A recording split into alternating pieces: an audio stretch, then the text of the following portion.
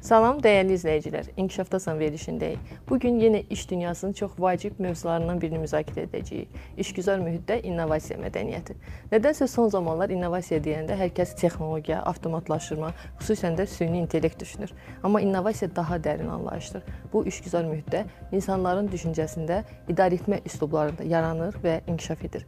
Gəlin birlikdə baxaq, insan ilə innovasiya arasında hansı körpülər qurulur və bu körpüləri keçmək üçün nələrə hazır olmalıyıq?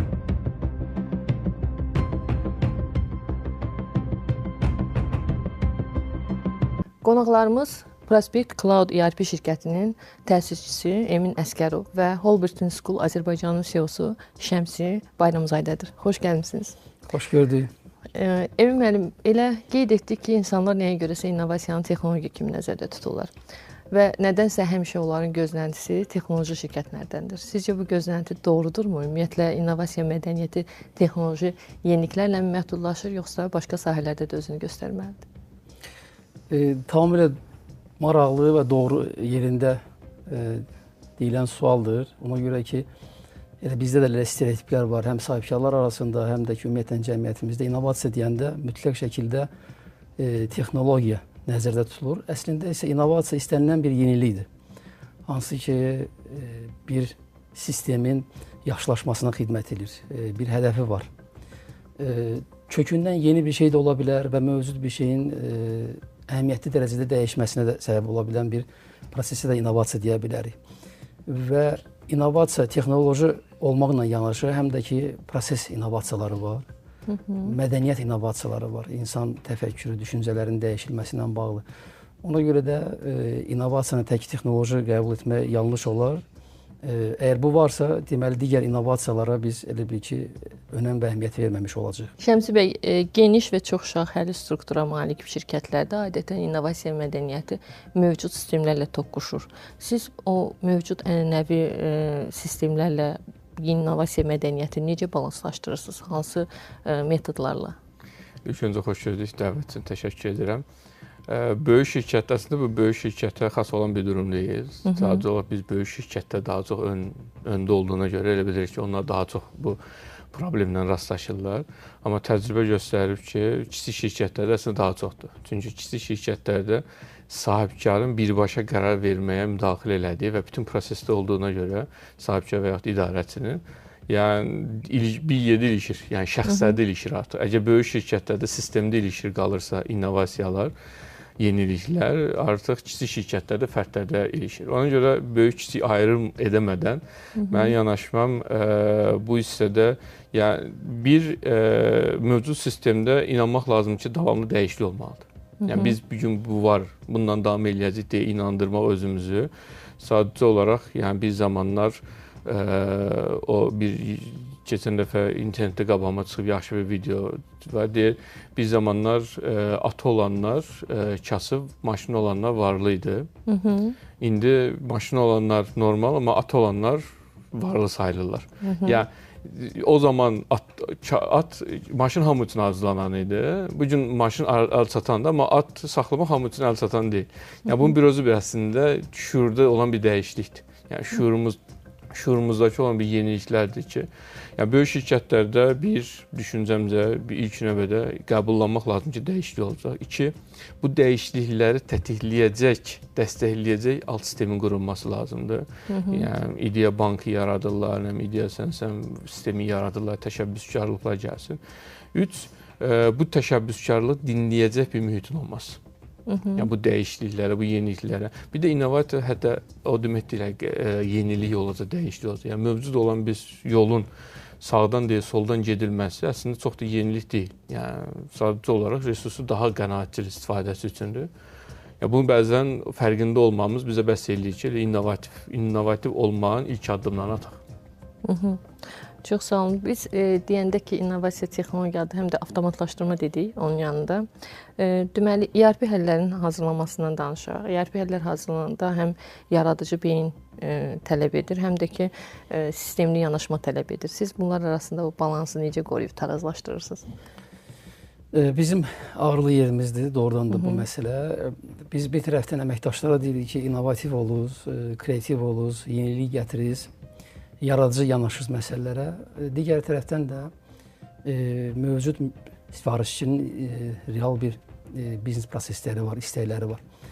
Yaradıcılıq bəzən də bu prosesi elə bir tıxaca salır ki, oradan artıq irəli hərəkət etmək çox çətin olur. O baxımdan da yaradıcılıq da, elə innovativ yanaşma da özünün də bir hədəfi olmalıdır. Əgər hədəf yoxdursa, yalnız yaradıcılığa söykənsə, elə bil ki, Picasso'nun əsərlərini yaradaq və onu başa düşən demək olar ki, dünyanın bir 5% ailəsi olacaq.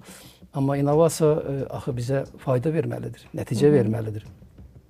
İlk növbədə biz düşünürük ki, biznesləri sürətləndirməlidir, keyfiyyəti artırmalıdır və qənaət etməlidir. Yəni biz daha tez etməliyik, daha ucu başa gəlməlidir bizə proseslər və buna görə də müştərinin konkret tələblərinə uyğun olaraq hərəkət edəndə yaradıcılıqla müştəri istəkləri bir balans təşkil etməlidir. Biz bunu ciddi şəkildə izləməliyik və burada da Customer Feedback adlı bir anlayış var. Müştəri istəklərini dinləmək, Customer Development anlayışı var. Müştəri istəkləri əsasında məhsulu inkişaf elətdirmək. Bu sırf daxildən gələn bir tələbdir. Əlbəttə ki, bu da incələnməlidir, sözsüz ki. Yaradıcılıq yeri bəs hardadır burada görünür? Yaradıcılıq bəs harda burada tətbiq olmalıdır? Əlbəttə ki, biznes prosesləri sən quranda uyğunlaşdırmalısan real biznesin tələblərinə, amma texnoloji olaraq yaradıcılıq edə bilərsən sən. Sən bir neçə istiqamətdə, bir neçə variantda təklif edə bilərsən ki, bunu belə edə bilərik və müştərinin seçimi burada olarsa, əlbəttə ki, o yolda irəliləmək daha rahat olur. Və burada önəmli rol əlbəttə ki, sifarişçinin özünün deməli komandasından çox şey asılıdır. Biz özümüz də təklif etməliyik ki, yəni bu yanaşma ki var, sərgiləyir sizin komandanız. Bu biraz stereotiplərdən irəli gələn məsələdir. Əvvəlki vərdişlərdən irəli gələn məsələdir.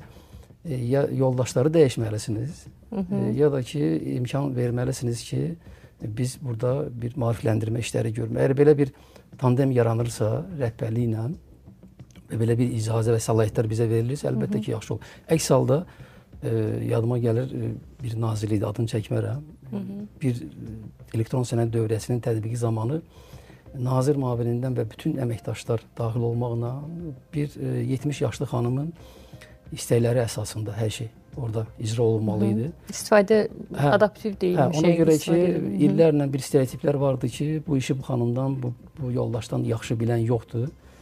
Əlbəttə ki, bizim innovativ yaradıcılığımıza da deməli yer yoxdur və sözsüz ki, sonda layihə mənfi təcrübə ilə nəticələndir. Yəni komandada gərək hər kəs o innovasiyanı qəbul eləsin ki, elə birlikdə də istifadəyə başlasınlar. Bəli, tamamilə doğrudur. Əməkdaşların yeni ideyalara çıxış etməsi əslində bir şirkət üçün çox vacib məsələdir, amma nədənsə həmişə onlarda bir səhv etmə qorxusu var. Bir məsəl var, bunu çox tez-tez eşidirəm. Həqiqətən deyim ki, məni qorxutmur, məni də qorxudur bu məsəl. Deyirlər təşəbbüs cəzalandırılır. Yəni həqiqətən təşəbbüs edirsən, amma nəticədə hansı bir səhv olanda da bir məsuliyyət daşıyırsan və ya başqa nüanslar var. Siz necə edirsiniz ki, bu səhvdən qorxma olmasın əməkdaşlarda? Onları necə təşviq edirsiniz ki, onlar bu yeni təşəbbüslərlə, innovativ fikirlərlə sizə gəlsinlər, sizin qarşınıza çıxsınlar? Bu hissədə məncə bir neçə yanaşma tətbiq edilə bilər ki, öz təcrübəmdə də yanaşma var, amma sizin o misala başqa bir mən misalla birinci cavab vermək istəyirəm. Deyir, gülü sevən tikanına da qatlanması lazımdır. Əgər təşəbbüskar olmaq istəyib, bir liderlik göstərmək istəyən, yenilik eləmək istəyən adam mütləq sürətdə gələ biləcək o neqativlərə də, belə deyim də, o danlanmalara da, cəzalara da razı olması lazımdır. Niyə? Çünki arzulayır ki, onu elədikdən sonra həyatı dəyişəcək, yeniliklər olacaq. Amma hər zaman güllü çiçəkli olmur. Yəni həyatımız çox təəssüflər olsun ki, enişli yoxuşlu gedir və buna da razılaşması lazımdır. Əgər bunu razılaşırsa, əgər bu düşüncə ilə yanaşanda əslində bizə problem görməyəcəyik. Yəni bir cəza olmasını normal qəbul edəcəyik. Çünki o yola biz çıxmışıq. Yəni indi yola çıxartmaq üçün biz nə etməyimiz lazımdır? Əsas məsələ insanları yola çıxarmaq lazımdır. İlk öncə məncə və şəxsi təcrübəmdə və işlədiyim böyük şirkətlərdə olan təcrübədən deyim, mən sizə gördüyüm neqativlər və pozitiv, yəni real кейsləri. İlk öncə bu təşəbbüslərin bir cəza ilə nəticələndiriləcəyini deyil də, bu təşəbbüslər səhv olma ehtimalı olduğunu inandırmaq lazımdır. Yəni bir uşağa necə ki yeriməyə başlayanda yıxıla da biləcəyini göstəririk ki, bu yıxıla da bilərsən, ya bu normaldır, amma dura da bilirsən. Yəni bu da eyni məntiqdir. Yəni dəyişən bir sistem yoxdur. Yenə də adam gələ bir ideya verər, çox bərbad bir ideya olar və ona iki cür yanaşa bilərsiniz. Yəni mən çox belə bəsit nümunə çəkirəm uşaqla ki, çox belə real, cəmiyyət üçün real olsun. Uşağa sən yeriyə bilmirsənmi deyirik, yoxsa dur bala yeriyəcəksənmi deyirik. Eyni məntiqdir. Yəni onlar üçün, uşaq üçün yerimək necə ilk addımdırsa, kollektiv üçün də təşəbbüskarlıq olma, innovativliyyət, belə deyim də, can atma, o da bir iş bacarıqdır. Ya bacarığı biz yaratmırıq, sonra deyirik ki, niyə bəs belə oldu? Bu sistemin psixoloji tərəfidir. Amma sistemin bir də sistemsel tərəfi var. Deyək ki, belə həqiqətən də sistemə işlənmiş, artıq bu psixoloji prosesləri keçmiş bir müəyyən bir qrupda işləyirik. Onlar üçün artıq sistem özü işləməsi lazım. Nə etməsi lazımdır? Bir, bayaqla dediyim kimi o ideyalarını paylaşa biləcək bir platforması olması lazımdır. İki, görüşlərdə və yaxud da bəzi şirkətlərdə ayda bir dəfə, 3 aydan bir rüblük və yaxud da illik 2 dəfə bu formada ideya marafonları olur, görüşləri olur. Yəni sırf tamamilə yeni ideyaların müzakirəsi, danışıqları, daxili hakatonlar edirlər, ideya tonları edirlər, indi vibe tonları çıxıb onlar edirlər. Ya bunların hamısı əslində kollektivi innovativ olmağa təşəbbüskarlandıran və ya belə deyim də hazırlayan bir, sövq edən bir alt sistemlərdir ki, bunların nəticəsində yəni %100 nəticə görəcəklər. Yəni mümkün deyil ki, bir şirkət bunları eləsin və ortada bir nəticə yoxdursa, iki səbəb var. Ya qurduqları sistem əslində dekorativ bir sistemdir, reallıq o deyil, yəni bəzək tərəfidir. Ya da ki, həqiqətən doğru kadrlarla işləmirlər. Yəni hər kadr da innovativ olacaq deyə bir anlayış da yoxdur. Yəni hamı innovativ olacaqsa iş görən olmayacaq. Yəni bu da qaçılmaz olduğuna görə mütləq surətdə dönüb bir də innovativ dediyim bir sistemi innovativdirmi deyə bir də audit eləməyim lazımdır. Mən sizdə isə avtomatlaşdırmadır, YRP həllərin yaradılmasıdır. Bunlar daha çox innovativlik tələb edir, düzdürmü? Siz necə edirsiniz əməkdaşları təşəbbüskarlığa çağırmaq üçün, səhvdən qorxmaması üçün? Çünki bəzən sizdə səhv bağışlanılmaz olur avtomatlaşdırma sistemlərinin yaradılmasında. Bəli, yəni əgər ciddi bir ölçülər götürülməsə, əlbəttə səhvlər fatal ola bilər. Amma o məsələ ki var, siz vurğuladınız ki, təşəbbüskarlıq cəzalandırılır. Təəssüf ki. Bu bir tərəfdən doğrudur, digər tərəfdən də bir stereotipdir də. Ona görə ki, əgər mən ağıllı görsənmək üçün bir təşəbbüskarlıq edirəmsə, ardında bir iş yoxdursa, bir görmək istəmirəmsə, o işi sona çatdırmaq istəmirəmsə, əlbəttə ki, sonraki mənə verilən tapşırıqlar cəza kimi görünə bilər. Əgər yox, doğrudan da mən bu istiqamətdə öyrənmək istəyirəm, inkişaf etmək istəyirəm, təşəbbüskarlıq bir mükafat kimi də qələmə vermək olar. Və doğrudan da buradan şəxsdən çox şey asılıdır. Yəni biz elə bir komanda toplamalıyıq, hazırlamalıyıq ki, o təşəbbüskarlığı cəza kimi yox. Mən bunu irəli sürdüm, dəfələrlə bizdə olub ki, irəli sürdüm və bu istiqaməti mənə həvalə edir, mən bunu sona çatdıracağam. Əgər sizin ona okey verməyiniz, onun üçün sözün əsl mənasında bir mükafatdır və o istiqamətdə araşdırıb, inkişaf etmək və rəhbərliklə birbaşa təmasda olmaq kimi bir şanslar əldə edir.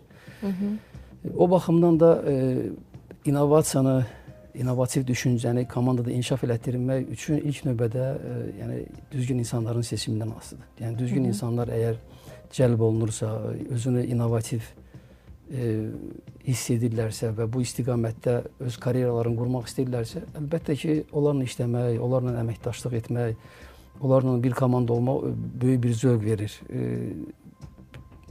Lap doğru dildə desək, bir meyxanaya bənzəyir. Sən deyirsən, o deyir və bütün proseslər davamlı şəkildə davam edir və hər kəs də bu işə öz deməli əlavəsini etmək istəyir, öz töhfəsini vermək istəyir və belə olduğu halda əlavə bir stimula ehtiyac olmur. Yəni insanlar özü əgər motivasiya olmuş insanlardırsa, əlavə motivasiyaya da bir ehtiyac qalmır bu məsələdə. Biz əməkdaşların innovasiya mədəniyyətindən danışdıq, təşəbbüskarlığından danışdıq, amma bəzən olur ki, müştəri həddindən artıq innovativ olur, yeni ideyalarla gəlir sizə, yeni təkliflər verir. Olubmu ki, elə bir müştəri ilə rastlaşmısınız, o qədər innovativ sizdən bir həll və yaxud nəysə bir məhsul istəyib ki, bu halda siz onların o ehtiyaclarını necə proaktiv qarşılayırsınız və yaxud bu sizin ümumiyyətlə komandanızın innovasiya mədəniyyətinə necə təsir göstərir? Dəfələrlə olub və doğrudan da belə hallar rast gəlir. Burada bilirsiniz, məsələ ifrat və təfrit məsələsi vardır. İnnovasiyada gərək bu iki məsələnin deməli bir ortasında bir balans təşkil etməlidir. Əməkdaşlar kimi də elə bizim elə sifarişçilər də elə insanlar da, yəni onlar da bu məsələdə ifrata gedə bilərlər. Və yaxudsa əksinə kimsə az təşəbbüskarlıq göstərə bilər. Belə olduğu halda biz sifarişçinin və yaxudsa bu şirkət rəhbərinin və yaxudsa komanda tim lidinin bu təşəbbüskarlığın kökündə nələri durub onu araşdırmalıyıq. Yəni bu sadəcə ağıllı görünmək üçün bu təklifləri verir, kimisə gözün qabağında yaxşı, uğurlu bir kadr kimi görsənmək niyyəti var. Yoxsa doğrudan da bunun arxasında hər hansı bir biznes prosesin, hansı bir əməliyyatın, hansı bir məsələnin bir ağırlı nöqtəsi var. O ağırlı nöqtəni aradan qaldırmaq istəyir. Əlbəttə ki, burada ciddi təhlillər, analizlər olmalıdır. Və əlbəttə ki, reallığa uyğun olaraq, resurslara müvafiq olaraq işlər görülməlidir. Əgər şirkətin büdcəsi imkan vermirsə, bu böyük bir həllin və yaxudsa bütün istiqamətlərin avtomatlaşdırılması kimi bir niyyəti olan deməli şirkət rəhbəri və yaxudsa onun əməkdaşının istəyi əlbəttə ki, bir absurda gəlir çıxır. Ona görə ki, sadaladığı o imkanlar böyük bir büdcə, böyük bir zaman və böyük bir komanda işinə gətirib çıxarırsa, əgər orada 10 nəfər varsa, büdcəsi 10 mindən çox deyilsə, misal üçün şərt olaraq və bunu qısa müddətdə istəyirsə, 6 ay ərzində istəyir ki, bu məsələ həll olunsun, əlbəttə ki, bu həqiqətə uyğun deyil. Bununla bağlı bir təhlil reportu verilir rəhbərliyə və əlbəttə ki, artıq mənzərəni daha aydın şəkildə görməyə başlayır. Gözü açılır, necə deyirlər məsələyə. Ya fikrini dəyişir, ya da ki, öz stereotipində yaşamağa davam edir. Bilirsiniz, o yeni kəşflər, yeni terminlər ki, bu bizim fəaliyyətdə meydana çıxır. Bunlar illərlə formalaşmış bir proseslərdir. Sonunda bir ona ad qoyurlar da. Bir ad qoyurlar, oldu MVP. Ad qoydular, oldu Customer Development. Yəni ondan qabaq minimal imkanlara malik olan proqramla ya da ki, sistemlə ya da ki, bir məhsulla müştərinin qabağına çıxmırdılar. Əlbəttə çıxırdılar. Bu MVP olmayan bir dövrdə mən təqdimatın üzərində müştəri araşdırması aparılmışdım segment üzrə. Bizim üçün o məhsulları hazırlamadan təklif etmək bir tərəfdən rahatdır ki, özümüz də biznes idi. Özümüzün də müxtəlif istiqamətlərdə bizneslərimiz vardı. Yazıca gəlirsə, pərakəndə sektoru vardı, distribusiya vardı, proqram təminatı vardı və s. Xidmət sektoru, servis fucusunun servis mərkəzi bizdə idi və şirkətlərin, bizneslərin ağırlı nöqtələrini bildiyimizə görə biz məhsula illərlə vaxt getməsin deyə təqdimatın üzərində mükəmməl bir deməli gələcək məhsulun imkanlarını əks etdirməklə böyük bir auditoriya təqdim etmişdi. Müştəri ehtiyaclarını da əlavə edirsə ora? Bəli, qabaqcadan araşdırılır. Müştəri əgər o təqdimatda öz ağrıların, öz çətinliklərinin həll yollarını görürsə və orada öz gələcəkdə bu ona nə verəcək, istər bayaq qeyd etdiyim kimi zaman baxımından, istər qənaət baxımından o faydasını, xeyrini görəndən sonra əlbəttə ki, hətta məhsul hazır deyilsə belə onu səndən istəyəcək. Sən sadəcə olaraq o ağrılı nöqtələri doğru, dürüst yəni özü olduğu kimi biznesdə ağrılı nöqtələri necə görürsə, sən elə görə bilsən, o artıq səndən əməkdaşlıq etməyə və yaxudsa hələ mövcud olmayan bir məhsulu mən də istəyirəm deyəcəksən. Bəs əməkdaşlardan gələn təşəbbüsü siz bayaq dediniz ki, müxtəlif yollarla toplamaq olar. Hansı yollarla toplamaq olar? Adətən çünki əməkdaşlar təşəbbüs göstərir, ideyaları irəli sürür, amma həmin ideyalar reallaşmayanda demotivasiya olur. Ya düşünür ki, bu təşəbbüs doğru deyil, yəqin ki, rəhbərlik məni yola verdi, hə, yaxşıdır, əladır dedi. Ya da ki, düşünür ki, mənim fikrimə dəyər vermirlər. Ya özünü uğursuz təşəbbüs göstərən kimi zənn edir, ya da özünə qiymətləndirməyən əməkdaş kimi hiss edir. Bunu necə etmək olar? Əgər reallaşdırma imkanı yoxdursa, siz hansı mexanizmlərlə həmin əməkdaşın motivasiyasını səviyyəsində saxlayırsınız, çalışırsınız ki, o itməsin? Bu case daha çox böyük şirkətlərdə özü ortaya çıxır. Çünki böyük şirkətlərdə, yəni iri holdinglərdə əməkdaşların verdiyi təşəbbüsdə üst rəhbərlərində ilişib qalır. Yəni biri onun üstünə və tam şirkət rəhbərliyinə çıxacaq qədər və həqiqətən də onun rəhbərinin bu layihəni və yaxud o ideyanı dəstəkləyə biləcək bir kapasitədə olub-olmadığı bir sual altında olduğuna görə böyük şirkətlər nə edirlər bundan bağlı? Tamamilə bitərəf olan və bir neçə departamentin təsadüf deməyək, yəni bir əsaslandırılmış və təsiri olmayan fərqli departamentlərin ibarət bir komissiya yaradırlar. Buna bəzən innovasiya komissiyası deyirlər və yaxud da nə bilim bir innovativ tim deyirlər ki, gələn təşəbbüslər hamısı o komandaya gedir. O komanda ilk veriliyində stimul eləyirlər, nəzarət edir, baxırlar, qiymətləndirirlər. Ondan sonra artıq ona bir tərəf olaraq qiymətləndirə bildikləri üçün ki, şirkəti tanıyırlar, holdingi tanıyırlar, prosesləri bilirlər və sonra əlaqəli insanları çağırıb onunla birlikdə müzakirə edirlər. Məsələn, deyək ki, bu hər hansısa bir lojistiklə bağlı bir ambar sistemi ilə bağlı olan bir innovativ bir təklifdir. Bunu oradakı məsul şəxsi dəvət edirlər ki, buyurun gəlin birlikdə bunu danışaq. Siz bizə onları təqdim eləsinlər. Və orada qərar verilir ki, bu yaxşı ideyadır, pis ideyadır. Yəni yaxşı, pis deyil. Orada əsas verilən qərar bunu tətbiq eləyə bilərik, indi eləyə bilərik, sonra eləyə bilərik, uzun müddət sonra eləyə bilərik. Yəni belə bir qərar verilir. İndi eləyə biləriksə, o zaman işçiyə müəyyən bir mükafat veriliyor. Pul ola bilər, nə bilim, hər hansı bir texnika ola bilər, hədiyyələr ola bilər. İndi bu sistemin şirkətin gücünə görə dəyişir. Sonra eləyə bilərik dedikləri halda çox vaxt sertifikat verirlər, təşəkkür sertifikatı. Daha sonra eləyə biləcəklərdə isə o açığı çox rastlaşmamışam oradakı case. Amma o da yəqin ki, o da bir təşəkkür sertifikatı və ya təşəkkürnamə kimi bir şey verərlər ki, çox da motivasiyadan düşməsin. Yəni oradakı önəmli nüans əməkdaşın bu sistem belə baxanda çox sadədir. Amma bu sistemin yaratdığı ən önəmli mesaj nədir? Sənin ideyaları dinləyən var, dəyərləndirən var və qərar verənlər var. Yəni sən ideyanı verməyə davam elə, dayanma. Yenə də sən ideyanı verməyə davam elə. Bir case danışım. Əvvəlki mən işlədim bir şirkətin birində. Hətta mən orada mənim əməkdaşım mənə bağlananda yeni gəlmişdi. O dedi ki, mən 3 il bundan qabaq bir təklif vermişəm və sistemdə qalıb. Bu komitənin sədrinə də hər dəfə gedir, nə oldu. Təxminən üstündən 2023, içindən bir 5 il keçib də, 5 il, 6 il keçib. 2 həftə bundan qabaq görüşmüşdük. Dedi, axı ki, ona görə mənə mükafat verdilər. O ideyə görə, yəni, 6 il keçsə də, yəni, məntiqən 6 il keçib olmaması lazım, keçməməlidir bu qədər.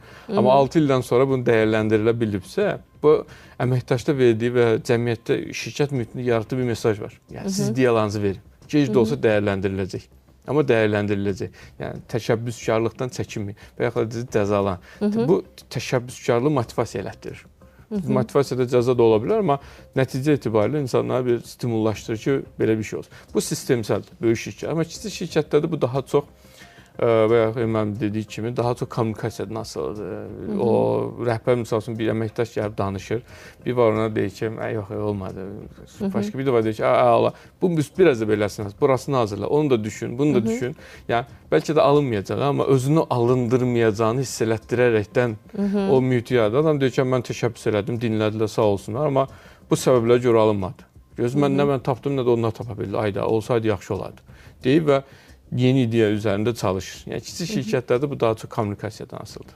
Rəhbərlə əməkdaşın kommunikasiyası. Emin müəllim, adətən innovasiya mədəniyyəti bir çox fərqli fikirlərin toqquşduğu yerlərdə yaranır. Adətən sizin kimi texnologiya şirkətləri də böyük şirkətlərlə işləyəndə onların bu əməkdaşlığı nəticəsində yeni innovativ fikirlər ortaya çıxır. Siz də çox böyük şirkətlərlə işləmisiniz. Portfolyonuzda holdinglər var, banklar var və bu əməkdaşlıqların uğurlu olması üçün nələr edirsiniz? Nəticə yönümlü olması üçün ən əsası. Çünki mən səhv etmirəmsə sizin ERP sistemlərin ən böyük üstünlüyü hesabatlılığın olmasıydı. Bəli. Doğrudurmu? Bəli, əslində hədəf də odur ki, sistemlər sonda bizə hesabatlıq versin ki, düzgün təhlil etmək üçün. İndi bizim elə verilişdə biznes idarə etməsində innovasiyaların tətbiqi kimi bir mövzudur. Biz bilməliyik ki, biznes nədən ibarətdir? Ümumiyyətlə idarə etməsi nədən ibarətdir? Məlumatların əldə edilməsi, onları təhlil edilməsi, onların əsasında qərar qəbul edilməsi və icraya göndərilməsi. Məhz bu 4 istiqamətdə 4-ündə də biz görürük ki,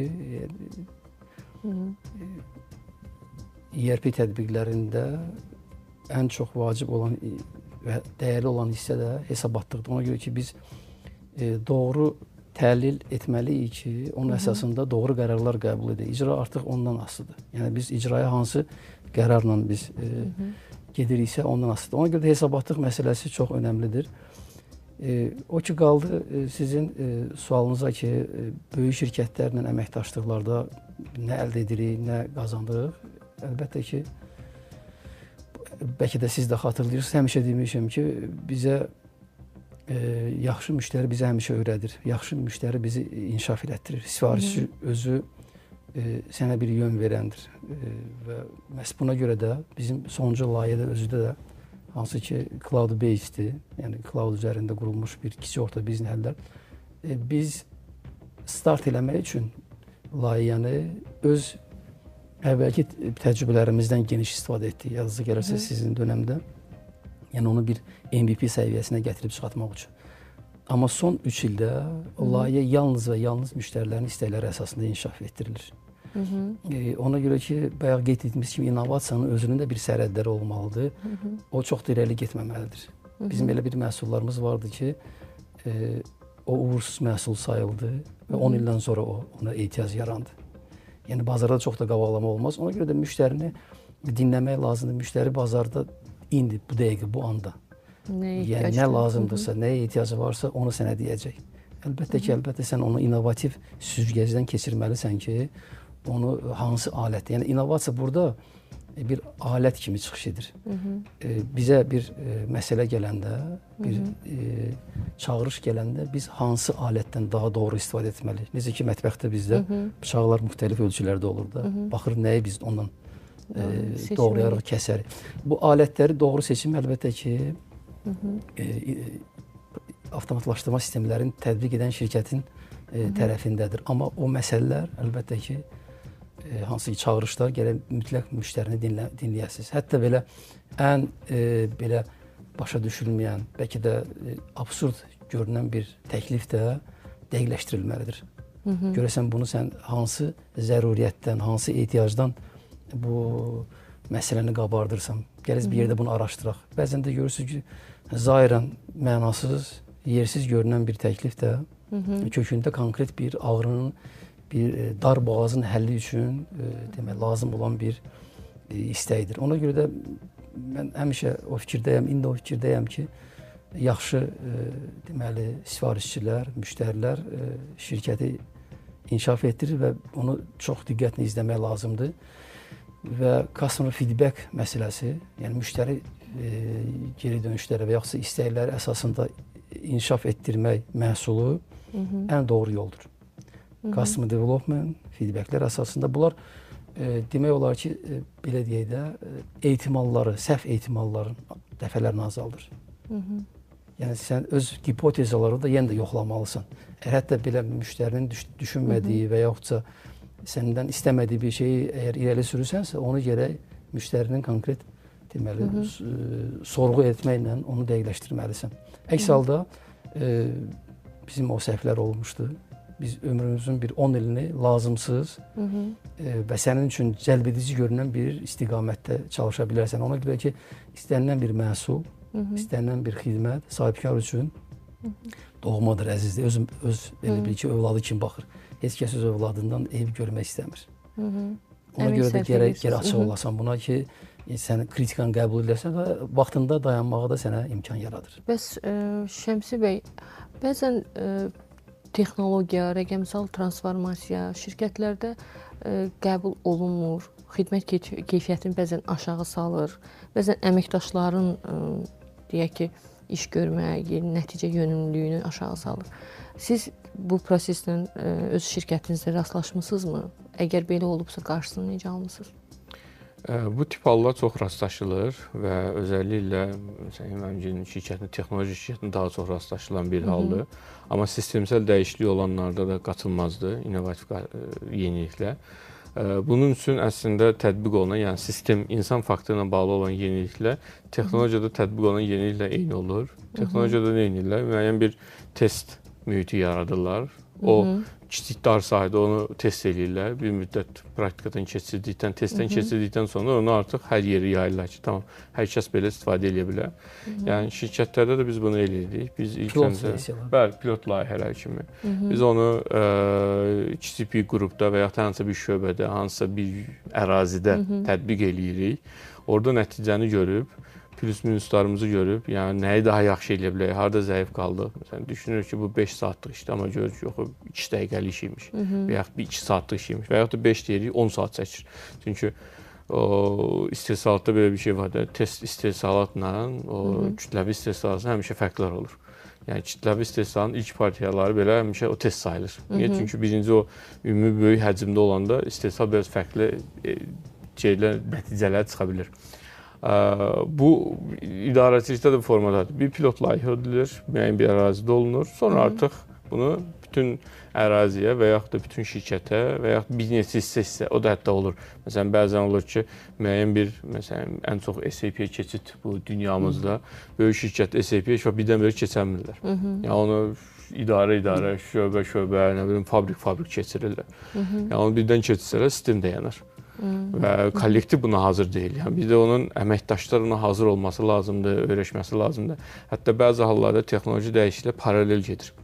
Yeni görüntü, bir də köhnə görüntü. Yəni hər iki interfeys göstərilir. Yəni adam burada işləyir, baxdı ki, çətinsə deyir ki, keç köhnəyə. Yəni əvvəlkini işləyir. Yəni iş dayanmasın, tək iş dayanmasın deyinə.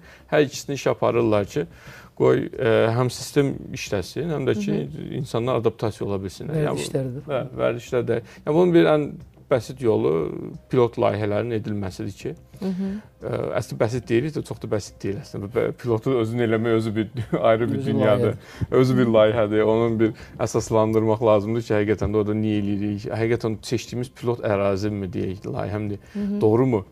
Eləyəcək, belə deyim də, yəni digərləri üçün yaxşı bir nümunə olacaqmı?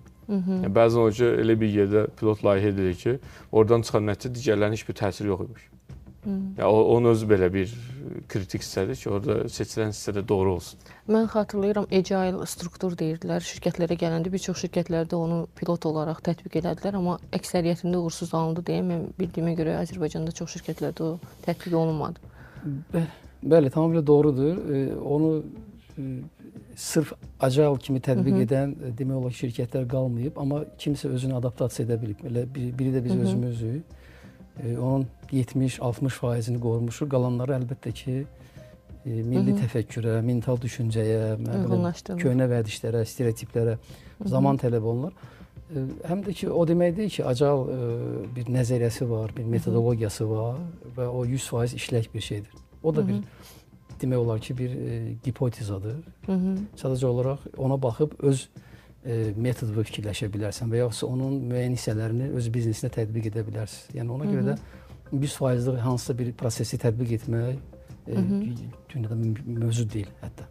Mən düşünürəm ki, şirkət rəhbərləri yalnız öz kollektivləri daxilində innovasiya mədəniyyəti formalaşdırmalı deyil. Hətta müştərilərinin də kollektivlərində innovasiya mədəniyyətini formalaşdırmalıdır. Amma mən bunun da şahidi olmuşam ki, bu çox çətindir siz tərəfdən. Çünki bəzən həmin hədəf kütlə innovasiyanı qəbul etmir. Bu innovasiyanı onlara qəbul etdirmək üçün biz hansı addımlar atmalıyıq? Bayaq dediniz ki, innovasiyanı qabaqlamayaq, önləməyək ki, bazarı ki, uğursuz olmayaq. Amma necə hazırlayaq ki, bəs sonra o innovasiya ilə çıxış edin?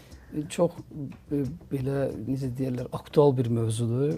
Yəni, innovasiya tətbiqi üçün mühit lazımdır. Cəmiyyət özü hazır olmalıdır. Yəni, birinci növbədə elə sizin fəaliyyətinizdə. Elə asan xidmətdə, innovasiyaya insanları yaxınlaşdırır. Nə baxımdan ki, indi kağızla ərizə yazmırlar, gəlirsən, yaxınlaşırsan, kompüterdir, nə bilim, müraciət edirsən, sonra gedib portaldan izləyirsən. Amma hələ elə şirkətlər var ki, əməkdaş gəndə deyir, gəl tab ilə qol çək. Bəli, belə var.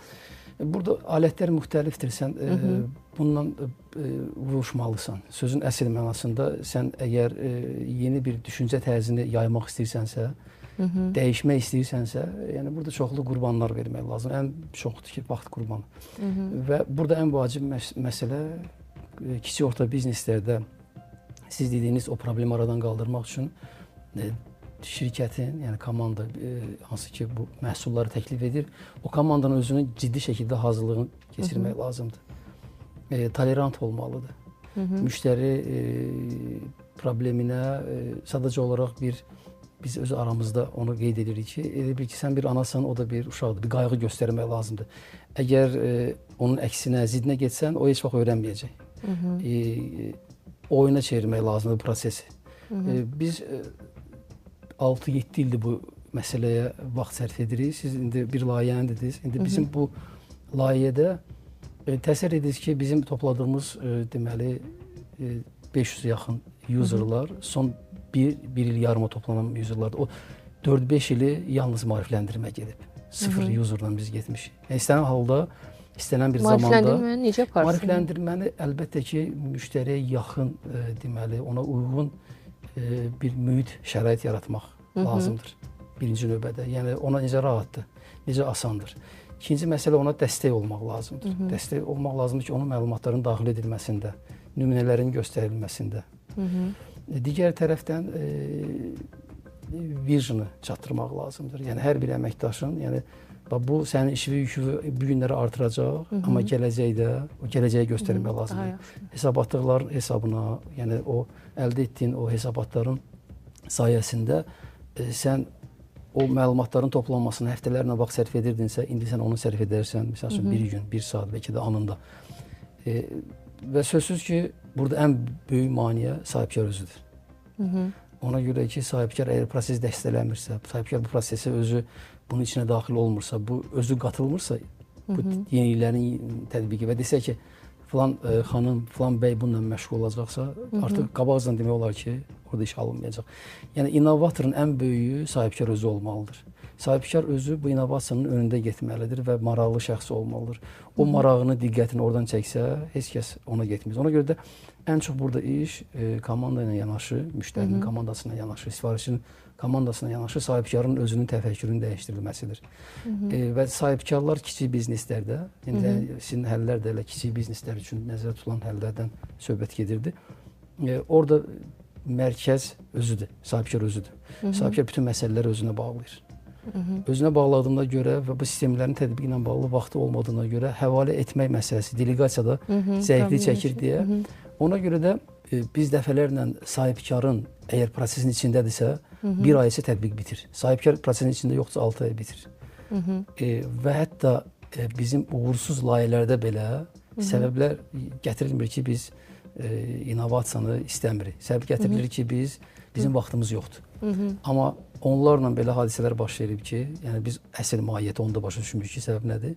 Sahibkar 6 aydan sonra zəng vurur, biz bərpa etmək istəyirik və nə desə yaxşıdır. Köhnə əməkdaşların hamımızın işdən çıxartmışam, təzələrini gətirmişəm, onlar işləyəcəklər. Dərdi buymuş. Amma proses yeni olacaq.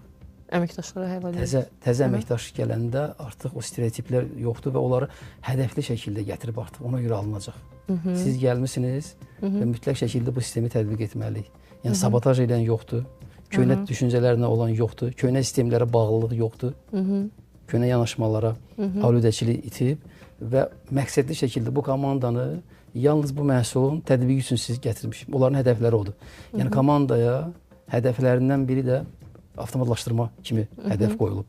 Belə olduğu halda, əks halda satış meneceri deyəcək ki, mənim əsas hədəfim satmaqdır. Və yaxudsa digər əməkdaş deyər ki, mənim əsas məqsədim müştəri məmnuniyyətidir. Avtomatlaşdırma gərək hədəfə dönsün. O hədəf kimi qoyulanda artıq məsələ həll olur. Bununla bağlı sahibkarla ciddi şəkildə işlər görülməlidir və əgər səbriniz çatsa sonlandıra bilərsiniz, amma çox ağrılı prosesdir. Çox ağrılı prosesdir. Yəni bunu biz indi bu dəqiqə hər anında yaşayırıq. Söhbətdəki nədən gedir? Gözləntilərdən. Gözləntilərdən söhbət gedir. Sahibkarlar və innovasiyanın çoxlu gözləntiləri var. Stereotip, yanlış gözləntilər var. O gözləntiləri ilk həftədə almadığına görə mənim üçün deyil, mənə uyğun deyil bir düşüncəsinə gəlir. Stereotiplər odur ki, sistemləşdirmə asandır, dərhal nəticə verəcək. Sistemləşirəm ona görə ki, rəqiblərim deməli sistemləşir. Halbuki özü o mərhələdə deyil hələ. Bunlar hamısı stereotiplərdir, yanlış düşüncələrdir. Bunun üçün də maarifləndirmə məsələsi lazımdır ki, nəticələr olacaq, amma onun ilkin nəticəsi belə olacaq və tam nəticəsi 6 aydan sonra, 1 ildən sonra baş verəcək. Resurs lazım olmayacaq.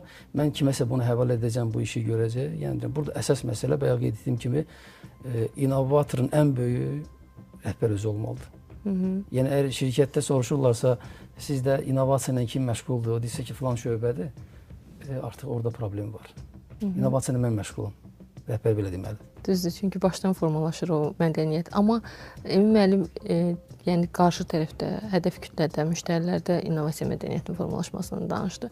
Və siz şirkət rəhbəri olaraq əməkdaşların innovasiya mədəniyyətinin formalaşmasını dedik.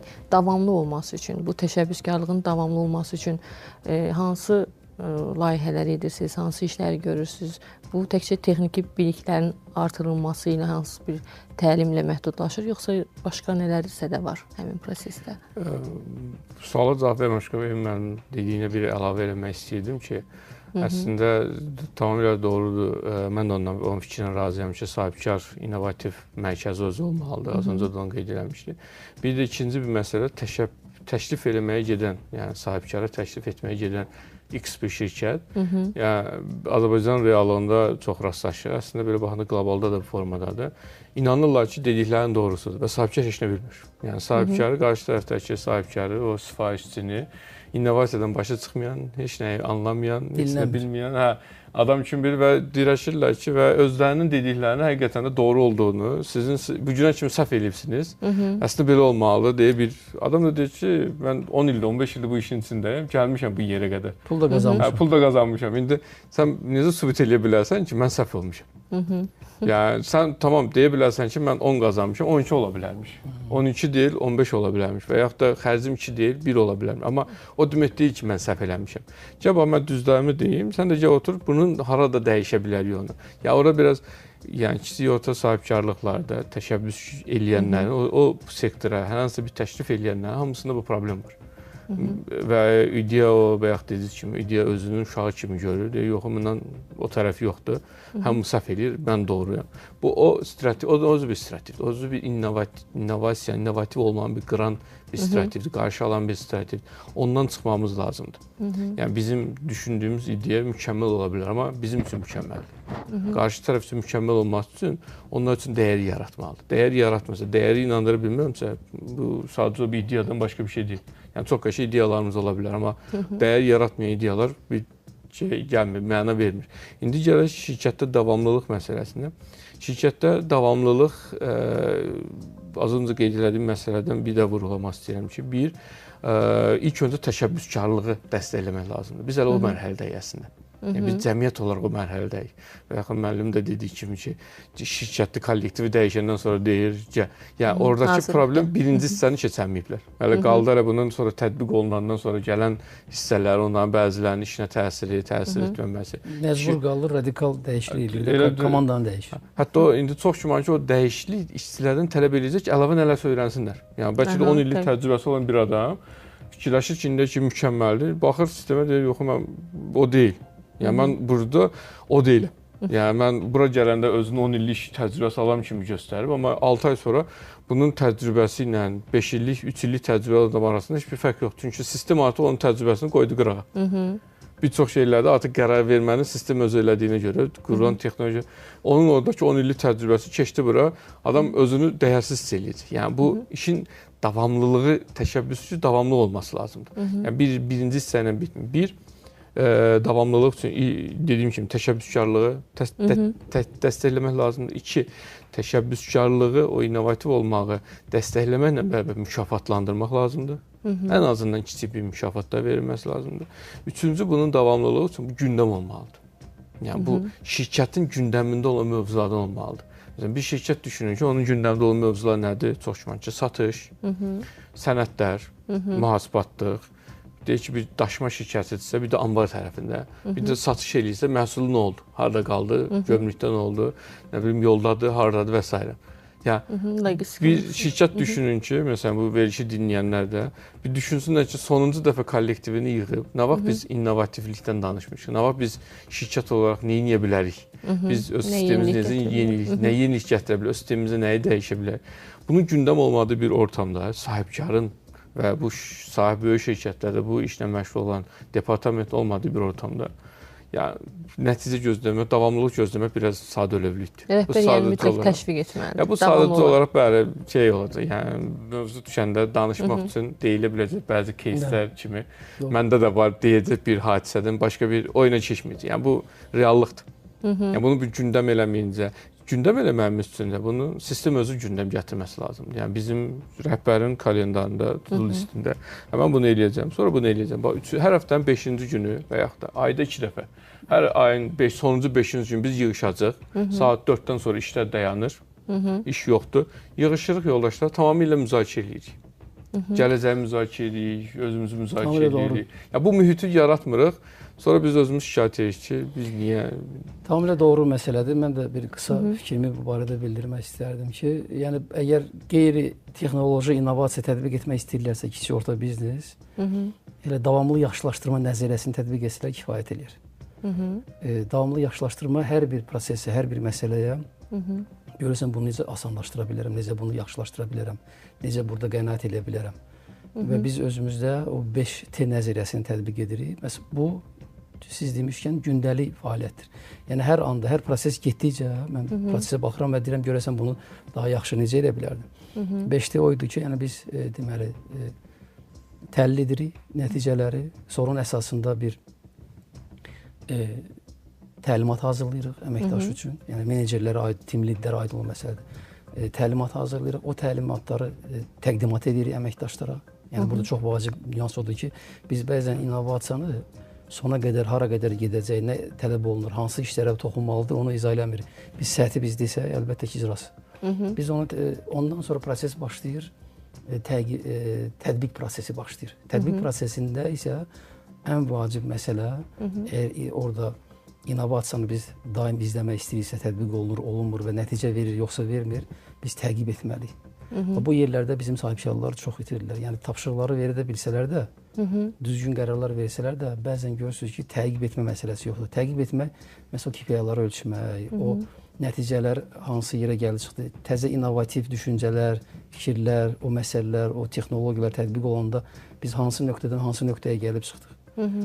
Və bu xırda qələbələri əgər o motivasiya mövzusuna aiddir, xırda qələbələri əgər biz əməkdaşlara göstərə bilsək, o məsələyə onların diqqətini cəlb edə bilsə, əlbəttə ki, o həm motivasiya olacaq, həm də ki, bu təşəbbüskarlıq məsələsi inkişaf edəcək və davamlı olacaq. Əgər əməkdaş təşəbbüskardırsa, hər hansı bir ideya veribsə və rəhbərlik tərəfindən bu ideya qiymətləndirilib və artıq icrasına başlanıbsa, əməkdaş prosesə cəlb olunmalıdır. Bu da motivasiya edə bilər onu. Çünki adətən ideya qəbul olunur, qiymətlendirilir və icrasına başlanılır, ideya sahibi isə kənarda saxlanılır. Bəli. Bu onun motivasiyasını öldürür. Əlbəttə ki, ola bilsin onun ixtisasına bağlı olmasın, qıraqda qala bilər, belə bir ehtimal ola bilər, amma yox, ona aid olan sahədə mütləq şəkildə iştirak eləməlidir. Əgər qıraqda qalıbsa hətta belə, o nəticələrin təhlilində onu dəvət etmək lazımdır. Hə, çünki prosesdə olduqca nəticələri görürük. Sənin təşəbbüskarlıq etdiyin və sənin təklif etdiyin məsələ bir günləri şirkətə bunu qazandırıb. O gedəcək növbəti məsələnin axtarışına, düşüncəsinə ki, gedək birini tapım, gətirim, verim. Sabah yenə adımı hallandırsınlar. Bu səninlə bağlıdır. Sənin dediyin məsələdir. Adət, çox belə məişət məsələsidir sadəcə olaraq. Biz necə ki, uşaqları həvəsləndirir, necə ki, yaxın qohumları həvəsləndirir, necə ki, biz idman müəllimi, şagirdin, tələbəsini həvəsləndirir. Bu sənin sayəndə biz bunu əldə etdik. Nəticəni göstərə, bəli. Bəli. Xırda qələbələr istənilən bir prosesdə həll edici rol oynayır. Danışmaq lazımdır, çox danışmaq lazımdır. Sahibkarın və o liderin, tim liderin, bölmə rəhbərin gərək dili sakit qalmasın. O hər dəfə 360 dərəcədə bunun faydasını göstərməlidir. Buna nəyə çatdıq, nəyə çatacağıq, bu gün hardayıq, bu artıq hara gedib və bu kimlər sizin və mütləq şəkildə o təşəbbüskarlıq göstərənin və bu icraçı, həm də icraçıların fəaliyyəti gərək mütləq şəkildə komanda qarşısında vurğulanmalıdır. Bu ən böyük enerji, bəlkə də maddi motivasiyadan daha artıq motivasiya yaradan bir məsələdir və bu da yeni ideyaların generasiyasına ən böyük səbəb olan bir məsələdir. Bir də bir məsələ var, son vaxtlarda rastlaşırıq.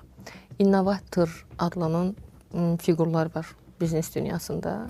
Və baxırsan ki, ümumiyyətlə icra olaraq heç bir fəaliyyəti yoxdur, amma mən innovatoram deyə, daha doğrusu hələ ki Azərbaycanda o qədər də yoxdur, amma xaricdə daha çox formalaşıb olar və spiker kimi dəvət olunurlar, şirkətlərə dəvət olunurlar, təbii ki ödəniş qarşılığında bir konsultasiya verirlər, amma təcrübədə mən görmüşəm ki, bir neçə dəfə həmin innovator qurumlar ödənişli olaraq dəvət edib, amma nəticə yaxşı olmayıb. Sizin buna yanaşmanız necədir? Çünki mövcud komandanın potensialından istifadə etməkdənsə kənarda hər hansı bir innovator cəlb edib uğur qazanmaq mümkündür ya, yoxsa necə? Məsələ odur ki, yəni ya onun dedikləri rəhbər özü deməli qəbul edib irəli getməlidir, içəridə o yeniliyi tətbiq etməlidir və özü birbaşa iştirak etməlidir. Ya da ki, o yoldaş özü iştirak edir. O yoldaş özü iştirak etməyəcək, çox güman ki, ona vaxtı çatmayacaq və onun üçün əlverişli deyil. O sözünü deyib gedəcək. Bəzən də nəzəri bir mövzular ola bilər ki, hansı ki, praktikada öz həllini tapır. Praktika yalnız tətbiq olundan sonra aşkarlanır ki, bu praktikidir, yoxsa praktiki deyil. Və digər tərəfdən də nəyə görə bunlar işləmir? Mən düşünürəm ki, ən vacib odur ki, bu əməkdaşlara bu kiminsə ideyasıdır kimi bir məsələdir. Kiminsə ideyasını insan elə də həvəsli tətbiq etmir. Ona görə içəridən gələn ideyalar prosesdə təcrübə olan bəli. Biz düşünmüşük, biz bunun arxasında durmalıyıq. Və qıraqdan gəlib kiməsə, hətta mən eşitsəm ki, böyük bir məvacibə, böyük bir məbləğə ideya gətirib bizə, əlbəttə ki, sabotaj olacaq ki, hər addımında isbat eləməyə çalışırlar ki, o haqsız idi. Mən 2015-ci ildə bir forumda iştirak edirdim. O kompleksi tikən bir şəxs sahibkar deyir, mən bir dərnəklə danışdım, Türkiyədə idi. Dərnəklə danışdım. Deyir, mən baxdıq ki, bizim alıcılarımızın bir çox xanımları evdə otururlar. Onların gün ərzində məşğuliyyətli olmaları üçün dərnək dəvət eləmişəm binəyə ki, onlar gün ərzində gedib onlarla məşğul olsunlar. Ya bu bir innovativ bir yanaşmadır. Yəni bu bir ehtiyacdan gələn bir yanaşmadır. Bunu görmək lazımdır. Ya bu hallarda doğrudur ki, xarici lazım. Amma sizin suala gələndə mən iki cür cavab verdim. Bir, həmin dediyiniz innovatorlar iki rol oynayırlar. Birinci rol innovativ mühit yaradanlar. Bunlar sadəcə gəlirlər, danışırlar, vizyon verirlər. Pointləri göstərirlər ki, buralara toxuna bilərsiniz, bu ola bilər, bu ola bilər. Aslında bizim danışdığımızı biraz daha belə artistik və şou xarakterli danışıb daha da motivasiya edirlər. Yəni strukturlu danışırlar, daha sistemli və uzun müddət, 2 gün, 3 gün, 5 günlük. Bunlar qaçılmır, buna lazımdır. Bunlar həmişə olub. Bu əslində bu sektorun deyil. İndi müəllim də neçə illərdir bu biznesin içindədir. Yəni mən özüm görmüşəm ki, əvvəllər marketinq bağlı belə adamlar var idi, satışla bağlı belə adamlar var idi, nə bilim, başqa sektorlarla bağlı belə adam. Bu gün innovasiya, startap dünyası, texnologiya daha süni gündəmdə olduğu üçün, yəni bu tipli innovatorlar çıxış edəndən sayı artıb. Yəni mən onların çıxışlarına dekabrda 4 günlük bir forumda olmuşdum. Yəni aşağı-yuxarı hamısı eyni şey danışırdı. Amma qəşəng danışırlar və çox da həqiqətən də adama xoş gəlir. Bunlar olacaq. Bu olacaq. Amma ikinci bir məsələ sizin dedikləriniz ki, gəlib, müəllim də qeyd elədi, gəlib işin içində başında dururlar. Artıq o adamları biz məsələn mən özümdə konsultasiya verirəm şirkətlərə və həmişə konsultasiya gedəndə diqqət elədiyim bir nüans var. Orada bu konsultasiya verdiyimiz ideyaları tətbiq edici komanda var yoxsa yoxdur? Əgər orada bir komanda yoxdursa, ya siz nə bilim bu gün milyardı olan bir adamı gətirin, onun dediklərini kimsə tətbiq eləyəcək. Yəni özü gedib oturub Excel-i yazıb bir fayl açıb orada nəsə eləməyəcək və ya icraçını eləyəcək adamlar lazımdır. Yəni biz burada yanılırıq. Yanlışlarımız burada olur. Biz adamı gətiririk və ya dəvət eləyirik, amma komandasını verə bilmirik. Doğru komanda yığmağa şərait yaratmırıq və yaxud da o komanda onun işləyəcək komandanın, məsələn soruşmuş ki, sənə hansı kriterdə adamlar lazımdır? O belə adamlar yoxdur. Hətta biz əvvəl işlədiyim bir şirkətdə belə bir hadisə, bir rəhbər gətirdilər. Sonra baxdılar ki, onunla işləyəcək komanda yoxdur. Onun altına da adamlar gətirdilər xaricdə. Yəni ekspert gətirdilər, çünki gördülər ki, həqiqətən də eləyə bilmir. Ya onu göndərmək lazımdır, ya bu ideya önəmlidir, bu şöbə önəmlidir, direktorluğuna. Ona görə altına digər adamları da gətirdilər ki, iş etsin. Yəni yeni kadrlar. Ya bu da bir yanaşmadır. Amma yenə deyim, iki əsas yanaşma. Bir, mühit yaradanlar var. İki, iş görənlər var. İş görənlər üçün mütləq surətdə komanda şərtdir. Yoxdursa, ya o sadəcə olaraq gələcək, bir müddətdən sonra özü deyəcək ki, mən getsəm yaxşıdır. Və yaxud deyəcəklər ki, bu heç nə eləmədi, getdi. Biz danışdıq hazırki nəsil üzərindən, amma bizim bazara, iş dünyasına Z nəsli daxil olur. Və Z nəsli artıq çox böyük tələblərlə gəlir və adətən əksəriyyəti hansısa bir təşkilatda işləməyi deyil, öz ideyasından yeni bir biznes qurmağı planlayır.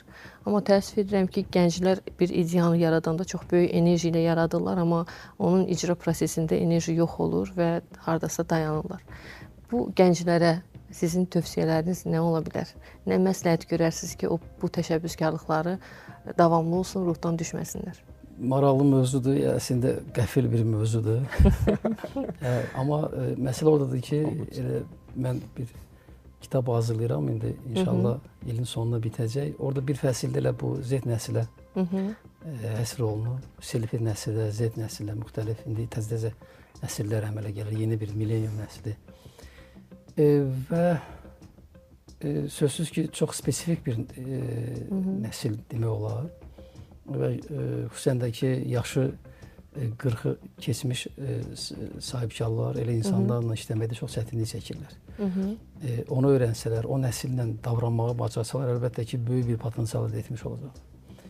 Bizim şirkətdə bu iki nəslin bir remiksi, bir tandemi əmələ gəlib. Çox gözəl şəkildə bunu qura bilmişik. Ona görə də mən hətta bununla bağlı bir biznes haqqında, biznes miqyaslandırması kitabında da buna toxunmuşam. Onlar əlbəttə ki, azadlıq sevən bir Amma nəsildir. əvvəlki nəslə müqayisədə əvvəlki daha icraçı nəsli idi. İndiki nəsil amma daha innovativ gəlir. İnnovativ gəlir. Bizdən tələb olunan nədir? Onlarla düzgün çalışmaq, onların potensialından düzgün istifadə etmək istəyiriksə, əlbəttə ki, biz səhvlərə tolerant olmalıyıq. Biz düşünə bilərik ki, yəni biz çox bilirik, mən 20 ildir bu sahədə çalışıram, sən dünən gəlmisən. Bu artıq o təşəbbüskarlığı öldürən bir məsələdir. O şirkətlər ki, orada bir neçə məsələ var, hansı ki, onu etsələr, o nəsillə çox düzgün bir və çox güclü bir şirkətlər qura bilərlər. Birincisi odur ki, bayaq dediyim məsələ səhvlərə tolerantlıq olmalıdır. Yəni səhv etmək adi bir şeydir. Biz də səhvlərdən öyrənmişik və səhv etmək gələn dəfə bunu artıq etməmək kimi bir imkanlar sənə yaradır. Artıq bu işlənməyən bir metoddur. İş rejimlərinə biraz əl gəzdirmək lazımdır. Hə, fərqli. Yəqin ki, freelancer üstünlüyü ilə. Mütləq şəkildə freelans əlbəttə ki, dayanıqlı biznes üçün biraz yetərli məsələ deyil, amma siz qibrid iş rejimi təklif edə bilərsiniz. Məsəl üçün bizdə 90% əməkdaşlar evdən çalışırlar. Bunun mədəniyyətini biz artıq öyrənmişik kökündən. Əlbəttə ki, burada innovasiyalar sizə kömək edəcəklər bu işin tətbiqində. Yəni texnologiya olmalı, task management olmalıdır. Task management olmadan şirkətlər bəzən onlayn işə keçmək istəyəndə böyük çətinliklərlə üzləşir və bir həftədən sonra deyir, qayıdız. Artıq o ikinci bir stressdir ki, mən planları qurdum, artıq evdən çalışaram.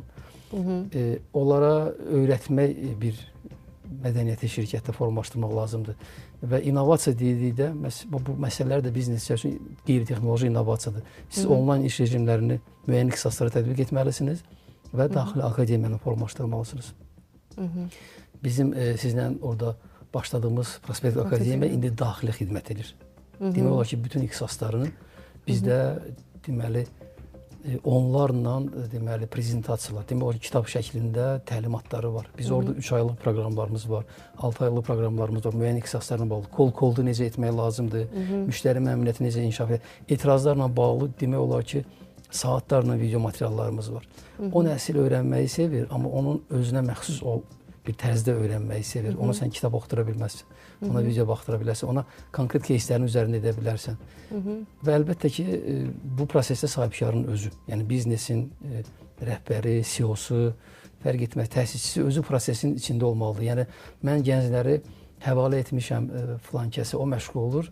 Hərdən bir maraqlanıram, görəm nə baş verirsə olmaz. Gənclər özünə örnək olaraq, əlbəttə ki, daha yüksək mövqeyə sahib olan insanları görmək. Gənclərdə hakimiyyət, gənclərdə kimdə qüdrət, qüvvət varsa onlara meyilli var. Ona görə onlar kinora baxanda qəhrəmanlar özləri üçün seçilir oradan. Batmanı görürsün, uşaqları seçirlər və yoxsa Rembonu seçirlər. Bunlar hamımızı qüdrət və qüvvət arxasınca getmək niyyətidir. Ona görə də əgər ondan biraz fərqli, ondan biraz təcrübəli yoldaş onu həvalə etsən, o qüdrəti, qüvvəti görməyəcək orada. Ona görə orada birbaşa nəticə əldə etmiş və müəyyən kifayət qədər ciddi təcrübəsi olan bir rəhbər lazımdır. O görəndə ki, bu prosesə rəhbər özü də qatışır. O prosesdə rəhbər özü onları öz təcrübəsindən paylaşır.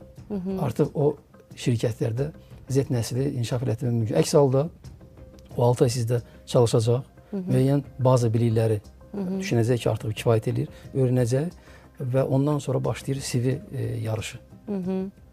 O potensial insanları qorumaq üçün mütləq dediyim kimi, yəni iş rejimlərini əl gəzdirmək lazımdır, səhvlərinə tolerant yaraşmaq lazımdır və daxili akademiyanı qurmaq mütləq lazımdır. Siz necə Şəms bəy, o nəsillə işləyən bir qurum olaraq necə düşünürsünüz? Onların bu təşəbbüskarlıq ruhunu öldürməmək üçün nələr etmək olar? Bu nəsli anlamaq üçün məncə ilk öncə baxmalı olduğumuz hissələrdən biri bunların uşaqlıq dövrləridir.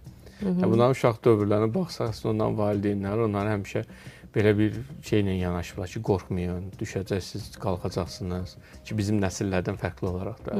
Siz davam eləyin. Bizdə nə edirdilər? Düşəndə bir də üstə qoyurdular ki, niyə düşdü? Biz daha da döyülürdük ki, səhvimizə görə döyülürmüş. Yəni ekstra daha da şiddət alırdı. Amma burada bu uşaqlarda yəni yıxılmaq və yaxud da nəyəsə bir yerə bağlı qalmaq deyə bir şeylər yoxdur. Çünki elə böyüməyiblər. Yəni böyüdəndə ona deməyiblər ki, sən bunu saxlayıb və oyuncaqdır. Xoşuma gəlmir, qoyur, get başqasını götür. Yəni bu oyuncağın var, bir oyuncağın var, bundan başqası yoxdur. Bununla bütün fantaziya bununla canlandıracaqsan deyə bir tələb olmayıb. Ona bu oyuncağı bəyənməyib qoyub ora, mağazadan ikincisini alıb. Onu bəyənməyib 2 ay sonra, 2 ay nədir? 1 həftə sonra başqasını alıb. Və bu mühitdə böyüyən bir uşaqlar indi biz deyirik ki, otur şirkətdə 10 il burada işlə. 6 ay, yəni 10 ildir gəlirəm, 6 ay işlə deyirik. Yəni onsuz da mümkündür. 6 ay işlə deməyimiz biraz səmimi olmur, özümüzə qarşı səmimi olmur. Yəni mən bu mühitlə bağlı xatırlayıram 2018-19-cu illərdə belə özümə bir şey elədim ki, mən bunları anlamaq üçün nə etməm lazım? Gördüm, ciddi sürətdə HR-ların məqalələrini oxudum. Çünki bunları ilk anlayan HR-lar olduğuna görə HR-ların məqalələrini oxudum. Onun da səbəbi nə idi? Müəllim yaxşı bir şey dedi. Yəni 40-50 yaşlarından sonra bir şirkətin rəhbərisənsə, kollektivin hamısı bunlar olacaq. 70-80% yeni nəsil olacaq. Yəni o şirkəti idarə etmək üçün bu şəxsləri idarə edə bilmək lazımdır ki, orada idarəçi rolunu tam belə deyim də, yəni hakim ola bilər, icra edə bilərsən. Gəlsə bunları necə idarə edə bilərik məntiqinə? Bir bunları anlamaq lazımdır ki, bu o deyil. Yəni bunlar sizdən bağlılığı yoxdur. Bağlı olmağını gözləməyin. Zaten ən böyük səbəblərdən biri nədir? Düşünürlər ki, bu gün ilk başlanğıc səviyyədən gedir. 600-700 manat maaş alacaq. Bu 600-700 Azərbaycan realında. Mən gedib onlayn bir dənə səhifə açıb, 2-3 dənə iş görüb. Elə 500-400 qazanacağam. 9-da işə gəlmək yox, 6-da işə getmək yox, müdirin sözünü dinləmək yox. O nə oldu, bu nə oldu deyən yox. Az qazanım, özüm qazanım. Yəni bunlar üçün 5 il, bu gün 600 qazanım, 5 il sonra 10 min qazanacaq məntiqi dedi. Elə bu gün 300 qazanım, yavaş-yavaş peşə qalxacaq. Yəni alternativ çoxdur. Bunu gözləmək lazım deyil. İkinci məsələ, danışmaqdan çox şey asılıdır. Yəni insanlar ünsiyyəti sevirlər. Çünki bunlar böyüyəndə ünsiyyətlə böyüyüblər. Valideynlər bunlardan çox danışmayıblar.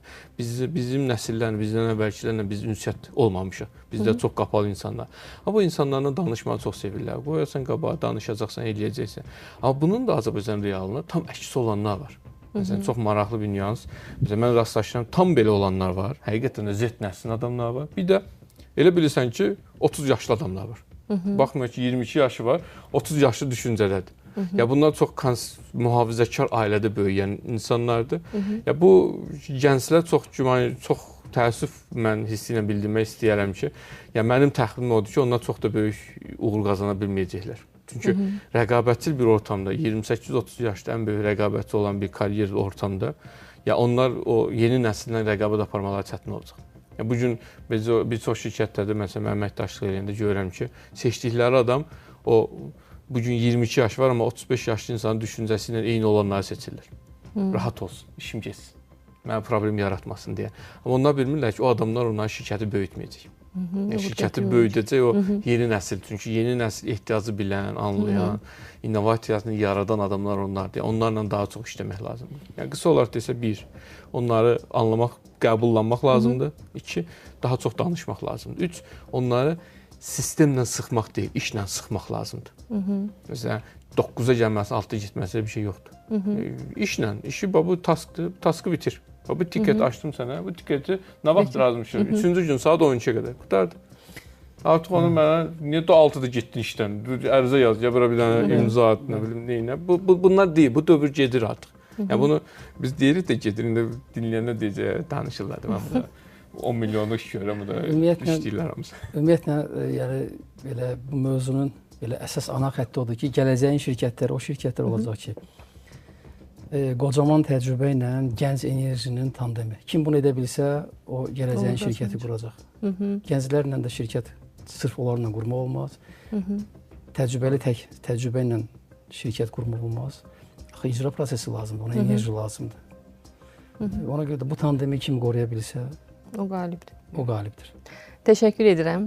Əziz izləyicilər, biz bugün təkcə texnologiyadan, innovasiyadan deyil, həm də düşüncə tərzindən, mədəniyyətdən və işçilərin potensialından danışdıq və qonaqlarımızın dəyərli fikirləri əsasında öyrəndik ki, innovasiya təkcə bir ideyanın yaranması deyil, o həm də bir komandanın enerjisi, bir şirkətin nəbzi, həm də şirkət rəhbərinin baxışıdır. Buradan isə işgüzar şəxslərə, rəhbərlərə və komandalara bir çağırışımız var.